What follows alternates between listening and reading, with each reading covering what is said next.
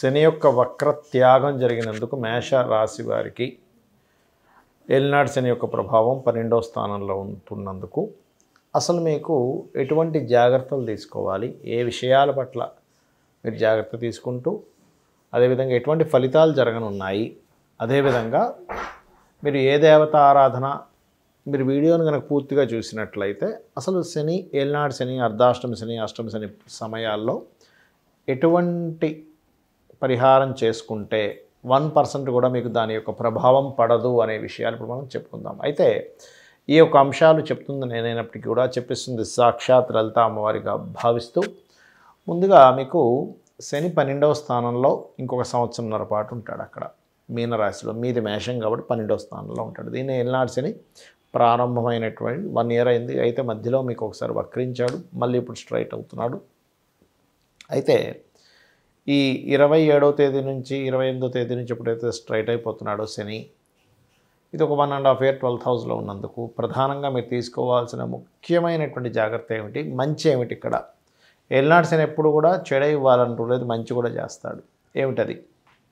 12లో ఉన్నప్పుడు అధిక ఖర్చులు, ఇన్వెస్ట్మెంట్స్ చూసి చేయకుండా ఏదో షార్ట్ టర్మ్గా డబ్బులు వస్తాయనుకునేటువంటి వాటి మీదకి వెళ్ళినప్పుడు ఇబ్బంది రావడము, కొంచెం విదేశీ ప్రయత్నాలు చేసినప్పుడు విదేశీ సంబంధంగా అంటే విదేశీ సంబంధమైనటువంటి ఉద్యోగ అవకాశాలు వస్తాయి, అందులో ఎటువంటి సందేహం లేదు.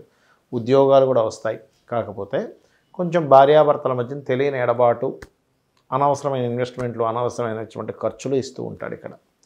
మరి ఇక్కడ ఏదో మంచి కూడా చేస్తాడన్నారు కదా, ఏమిటంటే రుణము లభిస్తుంది, కాంపిటీషన్ వాటిల్లో గెలుస్తారు, సక్సెస్ అవుతూ ఉంటారు. అందుకే చూడండి, మీరు ఏలినాటి శని సమయాల్లోనే చాలాసార్లు చెప్పాను, స్వర్గీయ ఎన్టీ రామారావు గారు, మన చంద్రబాబు నాయుడు గారు కావచ్చు, మన జగన్ గారు కావచ్చు, ఇలా వీళ్ళందరూ కూడా ఏలినాటి శని సమయంలోనే సీఎంలు అయ్యారు.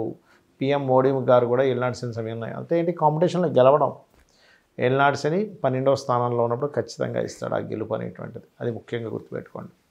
అలాగే శత్రువుపై జయం, శత్రువుని అంటే ఇప్పుడు మనకి అంతర్గత శత్రువులు ఉంటారు, బాహ్య శత్రువులు ఉంటారు. చూడండి, ఏలినాటి శనిలో మనం ఎప్పుడైతే అవమానాలు కొంచెం ఎక్కువగా పొందుతూ ఉంటామో మన లోపల ఉన్నటువంటి ఏవైతే అహము ఇవన్నీ కూడా తొలగిపోతాయి మనిషికి. అంతర్గత శత్రువుల్ని కూడా నాశనం చేసేది ఏలినాటి శనికి ఉండేటువంటి గొప్పతనం అది. మరి ఇవి మాత్రమేనా, ఇంకేదైనా ఇస్తాడా ఇక్కడ అంటే కొత్త పరిచయాలు, కొత్తగా ఎవరితోనైనా కలిసి చేసేటువంటి విషయాల్లో మేషము వారికి ఖచ్చితంగా అక్కడ ఫలితం ఇస్తాడు.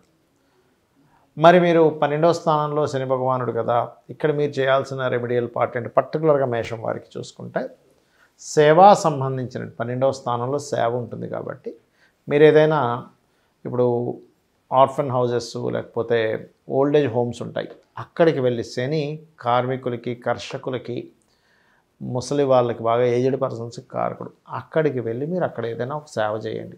అంటే వాళ్ళకి ఏదైనా కొనివ్వడం, వాళ్ళతో కొంచెం స్పెండ్ చేయడం, ఆ బాగా ఏజ్డ్ పర్సన్స్తో స్పెండ్ చేయడమే వాళ్ళకి కావాలి యాక్చువల్గా. అలా స్పెండ్ చేయడం చేయండి, ఖచ్చితంగా బాగుంటుంది. మరియు గోశాలకు వెళ్ళి గోవులకి బెల్లము తినిపించడము, ఇవి చేస్తూ ఉండండి. శని ఎప్పుడైనా నడిచేటప్పుడు, ఏలినాటి శని నడిచేటప్పుడు 12వ స్థానంలో ఉన్నది కాబట్టి పొరపాటును కూడా శనివారాలు ఎటువంటి ఇన్వెస్ట్మెంట్స్ చేయకండి. మీరు నిత్యము చేయవలసిన దేవతారాధన గణపతి యొక్క ఆరాధన మరియు సూర్య నమస్కారాలు చేయండి, అన్ని విధాలా మీకు బాగుంటుంది. ఏలినాటి శని, అర్ధాష్టమి శని, అష్టమ శని, శని యొక్క మహాదశ, ఇవి 4 వేరు వేరు ప్యాటర్న్స్. చాలామందికి తెలియక శని ఉంది అంటే శని మహాదశ ఉందో, ఏలినాటి శని ఉందో, అర్ధాష్టమి శని ఉందో, అష్టమ శని ఉందో తెలియదు. దీని యొక్క వివరణ ఇస్తాను క్లియర్గా. ఏలినాటి శని అంటే 7.5 సంవత్సరాలు ఉంటుంది. 12వ స్థానంలో ఉన్నప్పుడేమో ఇన్వెస్ట్మెంట్స్ విషయంలో జాగ్రత్తగా ఉండాలి.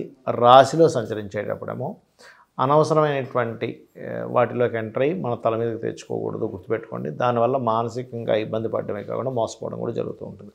ఇక 2వ స్థానంలో శని సంచారం జరిగేటప్పుడు పర్టికులర్గా ఫైనాన్షియల్ మ్యాటర్స్ విషయంలో, కుటుంబ సభ్యుల విషయంలో జాగ్రత్తగా ఉండాలి. ఇది ఏలినాటి శని 7.5 సంవత్సరాల ప్యాటర్న్. అలాగే అర్ధాష్టమ శని, ఇప్పుడు ఎవరికి ఉంది అర్ధాష్టమ శని? సర్వసాధారణంగా ధనస్సు వారికి ఉంది. సో వీళ్ళు ఏదైనా ప్రాపర్టీ తీసుకునేటప్పుడు, మిషనరీస్ తీసుకునేటప్పుడు, ఏదైనా సంస్థని పెట్టేటప్పుడు ఇటువంటి విషయాల్లో కాస్త జాగ్రత్తగా ఉండాలి. మరి అదేవిధంగా అష్టమ శని సమయంలో వాహనం మీద వెళ్ళేటప్పుడు స్లోగా వెళ్ళాలి. చిన్న చిన్న సర్జరీస్, ఆపరేషన్స్ లేనట్లయితే అనవసరంగా మీరు మంచి చేసినా సరే కాస్త అవమానాలు పొందడం లాంటివి జరుగుతూ ఉంటాయి. కాబట్టి ఇటువంటి వాటికి దూరంగా ఉండాలి. ఇక ఇవన్నీ ఒకటైతే చాలామందికి శని మహర్దశకి వీటికి తేడా తెలియదు. శని మహర్దశ నడుస్తుందండి అంటే 7.5 సంవత్సరాలు అయిపోద్దని అడుగుతూ ఉంటారు. లేకపోతే కాబట్టి ఏంటంటే ఈ శని మహర్దశ అనేది 19 ఇయర్స్ ఉంటుంది. మీరు ఒకటి గుర్తుపెట్టుకోవాలి, మీ జన్మజాతకంలో శని భగవానుడు కనుక బాగుంటే శుక్రదశ గురుదశ కంటే కూడా అద్భుతంగా ఇస్తాడు శని మహర్దశలో యోగాలు. కాబట్టి శని మహాదశ గురించి ఏమీ టెన్షన్ పడవద్దు ఎప్పుడు కూడా. కాకపోతే కొన్ని విషయాలు పాటించినట్లయితే అది ఏలినాటి శనైనా, అర్ధాష్టమ శనైనా, అష్టమ శనైనా మీకు ఎటువంటి ఇబ్బంది ఉండదు. ఏమిటది? శని మహర్దశ వచ్చినా సరే మొట్టమొదటిగా మీరు ఆరోగ్యంగా ఉన్నారు, యువకులు చిన్నపిల్లలు ఏమీ కాదు అని అనుకుంటే కనుక ఖచ్చితంగా మధ్యాహ్నం నిద్రపోకండి. ఇది చాలా చాలా ఇంపార్టెంట్. ఎందుకంటే శని మందత్వానికి కారకుడు, నిద్రకి కారకుడు. శని ఏంటంటే ముఖ్యంగా మనం ఎంత నిద్రపోతూ ఉంటే మధ్యాహ్న సమయాల్లో యువకులం అయ్యుండి అక్కడ ఇబ్బంది అనేటువంటిది మరి కాస్త పెరుగుతూ ఉంటుంది, గుర్తుపెట్టుకోండి. కాబట్టి ఎట్టి పరిస్థితుల్లో మధ్యాహ్నం పూట నిద్రపోకండి. అలాంటి రాత్రిపూట చాలామంది ఏం చేస్తారు, రాత్రి 12 గంటల వరకు మెలుకు ఉండి దాని తర్వాత నిద్రపోతూ ఉంటారు పగలంతా. అది చాలా చాలా రివర్స్గా మీకు నెగిటివ్ ట్రిగర్ అవుతూ ఉంటుంది. ఇక రెండవది, మీరు ఆంజనేయ స్వామి ఆలయానికి కానీ, సుబ్రహ్మణ్యేశ్వర స్వామి ఆలయానికి కానీ, లక్ష్మీ నరసింహస్వామి ఆలయానికి కానీ, గణపతి ఆలయాలకు కానీ, ఈ 4 ఆలయాలకి లేదా రావి చెట్టు చుట్టూ కానీ ఈ 5లో ఏదైనా ఒకటి మీరు ఎంచుకొని రెగ్యులర్గా మీరు విజిట్ చేస్తూ రోజు ఉదయం పూట వెళ్ళి అక్కడ ప్రదక్షిణం చేసి కాసేపు కూర్చొని రండి, ఖచ్చితంగా ఫలితం ఉంటుంది. అలాగే గోవులకి బెల్లము తినిపించండి, ఖచ్చితంగా మంచి ఫలితం ఉంటుంది, అందులో ఎటువంటి సందేహం లేదు. ఇవి ప్రధానంగా మీరు పాటించాలి. ఓల్డేజ్ హోమ్స్కి వెళ్ళడం, మీకు తెలిసినటువంటి వాళ్ళు ఉంటారు, అమ్మమ్మలు, నానమ్మలు, తాతయ్యలు, ఇట్లా ఉండేటువంటి వాళ్ళ దగ్గరికి వెళ్ళి వాళ్ళతో కాసేపు గడిపి వాళ్ళకి ఏదైనా ఒక చిన్న గిఫ్ట్ లాంటిది, వాళ్ళకు పంచో లేకపోతే ఒక షర్టో ఏదో ఒకటి ఇస్తూ ఉండండి. ఎందుకంటే కార్మికులకి, కర్షకులకి, ఏజ్డ్ పర్సన్స్కి శని కారకుడు. అంటే మీ కింద పనిచేసే వాళ్ళు ఉంటారు, వాళ్ళకి ఏదో ఒకటి, వాళ్ళ పిల్లలకి ఏదో ఫ్రూట్ తీసుకెళ్ళి తింటాడులే, మీ అబ్బాయి తింటాడు తీసుకెళ్ళమని ఇంట్లో పని చేయడానికి వస్తూ ఉంటారు, వాళ్ళకి ఇస్తూ ఉండండి. దానివల్ల ఏమవుతుందంటే శని యొక్క ప్రభావం వీళ్ళలో ఉంటుంది కాబట్టి వీళ్ళు ఆనందపడడం వల్ల ఇబ్బంది అనేటువంటి తగ్గుతుంది, గుర్తుపెట్టుకోండి. అలాగే రోజు ఎలా అయితే మనం దేవతా ఆలయానికి వెళ్తుంటామో, ఎక్కడైనా హోమాలు జరుగుతున్నా, యజ్ఞాలు జరుగుతున్నా, యాగాలు లాంటివి జరుగుతున్నా అక్కడికి వెళ్ళి చేయించుకుంటే లేదా అంత స్తోమత లేదంటే కనీసం ఆ యొక్క ప్రాంగణంలో అయినా సరే, జరిగేటువంటి ప్రాంగణంలో కాసేపు అక్కడ కూర్చోండి. శాస్త్రం ఏం చెప్తుందంటే ఒక హోమమో యజ్ఞమో జరిగేటప్పుడు అక్కడ ప్రాంగణంలో కూర్చుంటే 25% ఆ వ్యక్తికి వస్తుందట, గుర్తుపెట్టుకోండి. అది అలాగే ఎట్టి పరిస్థితుల్లో శనివారాలు ఎటువంటి ఇంపార్టెంట్ డెసిషన్స్ ఏమీ తీసుకోకండి. నల్ల చీమలకి కొన్ని చూడండి, మనకి చిన్న రవ్వ లాంటిది కానీ చక్కెర కానీ వేస్తూ ఉంటాం, అలాంటివి చేయండి. కాకులకి ఏదైనా తినిపిస్తూ ఉండండి, ముఖ్యంగా కాకులకి చక్కటి ఫలితాలు వస్తాయి. శని యొక్క ప్రభావం తగ్గడానికి దేవతా ఆరాధన ఎంత ముఖ్యమో పితృదేవత ఆరాధన కూడా అంతే ముఖ్యం. పితృదేవతల కోసమని, ఎందుకంటే వాళ్ళ అనుగ్రహం కలిగితే కూడా మనం కొంచెం మనకి తట్టుకునే శక్తి వస్తుంటుంది సిచ్యువేషన్స్ని. కాబట్టి స్వయం పాకం ఇవ్వడం అమావాస్య సమయంలో. అదేవిధంగా శనివారాలు ప్రత్యేకంగా నాన్ వెజిటేరియన్ అలవాటు ఉన్న వాళ్ళు, అసలు యాక్చువల్గా అయితే ఆదివారం అసలు తినకూడదు, శనివారం అలవాటు ఉన్న వాళ్ళు అసలు తీసుకోకండి పొరపాటును కూడా. శనివారం, బుధవారం తీసుకోమని చెప్పింది ఏదైనా ఎవరికైనా అలవాటు ఉన్నట్లయితే శాస్త్రం. అలాగే మరొక విషయం ఏంటంటే ఇక్కడ లలితా సహస్రనామాల్లో ఒక అద్భుతమైన నామం ఉంటుంది. ఏమిటది అంటే ఓం అనాకలిత సాదృశ్య చుడుక శ్రీ విరాజితాయై నమః.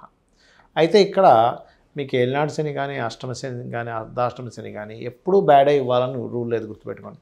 మంచి కూడా చేస్తుంది. ఏమిటది, ఎందుకు చేస్తుంది, ఎలా అంటే మీకు నడుస్తున్న మహాదశ అంతర్దశలను ఆధారంగా తీసుకొని మీకు గోచారంలో ఉన్నటువంటి శని యొక్క పొజిషన్, మీ లగ్నం ఏదైతే అయిందో లగ్నం నుంచి ఎన్నో స్థానంలో ఉంది, అక్కడ సంచరిస్తున్నటువంటి అర్ధాష్టమ శని కావచ్చు, అష్టమ శని కావచ్చు, ఏలినాటి శని కావచ్చు, అక్కడ సంచరిస్తున్నటువంటి గ్రహం ఎటువంటి పోర్ట్ఫోలియోస్ ఇస్తుందో దాన్ని బట్టి మీకు అది మంచి కూడా చేస్తుంది. ఒక్కోసారి కొంతమంది చూడండి ఏలినాటి శనిలో చాలా బాగుందండి అంటారు, అయిపోయాక ఇబ్బంది వస్తుందండి అంటారు. అంటే ఏమిటి, లగ్నం నుంచి, మీ లగ్నం నుంచి శని భగవానుడు ఎన్నో భావంలో, ఏలినాటి శని చూసుకునేది మాత్రం చంద్రుడి నుంచి చూసుకుంటాం, చంద్రుడి నుంచి 12 రాశి 2వ స్థానంలోని, అదేవిధంగా అర్ధాష్టమ శని అయితే చంద్రుడి నుంచి 4వ స్థానంలో, అష్టమ శని అయితే చంద్రుడి నుంచి 8వ స్థానంలో చూస్తూ ఉంటాం, చూడమని కాదు.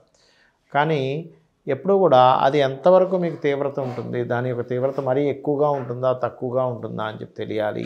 బ్యాడ్గా ఉంటుంది, నెగిటివ్ ట్రిగర్ చేస్తుందా ఏలినాటి శని లేదా పాజిటివ్ ట్రిగర్ చేస్తుందా తెలియాలి అంటే మీరు చేయవలసింది ఏమిటంటే ఫస్ట్ ఆఫ్ ఆల్ అది ఏ పొజిషన్లో ఏ నక్షత్రాల మీద సంచరిస్తుందో చూసుకొని దానికి సంబంధించిన రెమెడీ కూడా చేసుకుంటే మీకు ఎటువంటి ఇబ్బంది ఉండదు. శ్రీమాత్రే నమః.